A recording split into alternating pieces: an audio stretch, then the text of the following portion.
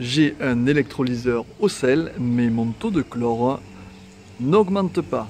Bonjour et bienvenue sur notre chaîne formation-piscine tout au pluriel.fr. Je suis Patrice, technicien, formateur, expert piscine depuis près de 10 ans.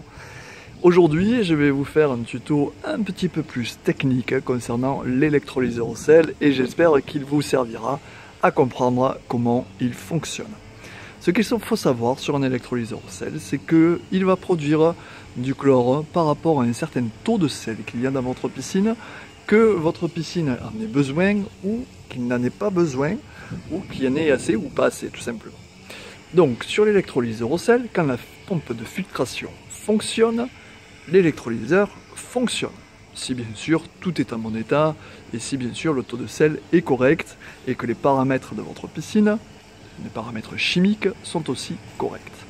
Donc là, on va le tester tout de suite. On va voir notre super bandelette. On n'oublie jamais, on va tremper la bandelette dans l'eau. On va faire la différenciation. Qu'est-ce qu'on a? Donc sur le chlore, on voit qu'on est à 1. Voilà. Sur le chlore, on est à 1.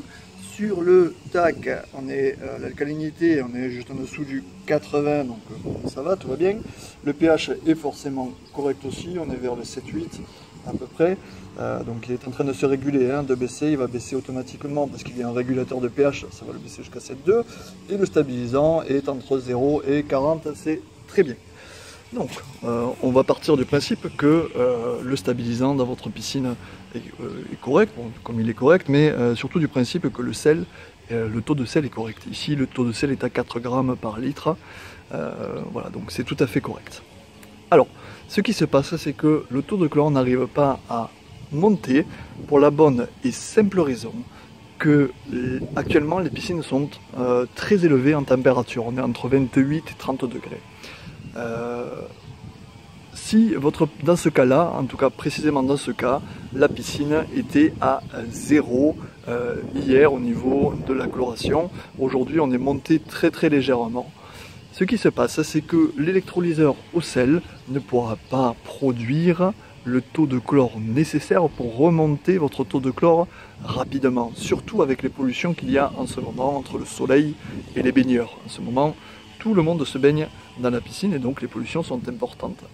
Donc ce qu'il vous faut faire, il faut parfois aider votre électrolyseur à remonter ce taux de chlore.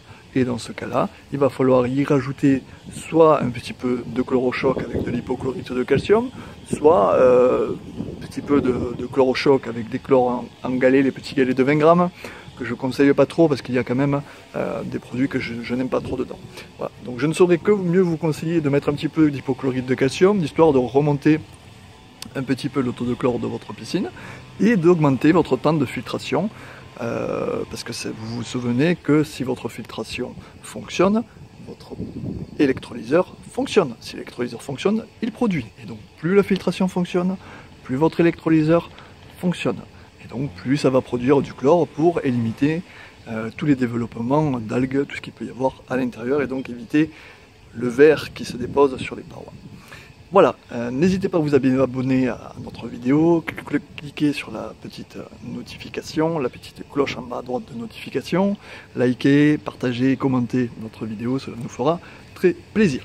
Maintenant, si vous voulez aller plus loin sur votre piscine, connaître tous les paramètres chimiques, connaître exactement les bons conseils et les bons usages pour votre piscine, je vous conseille de venir sur notre site internet www.formation-piscine tout au pluriel.fr où j'ai créé un pack de vidéos de formation que j'appelle les essentiels.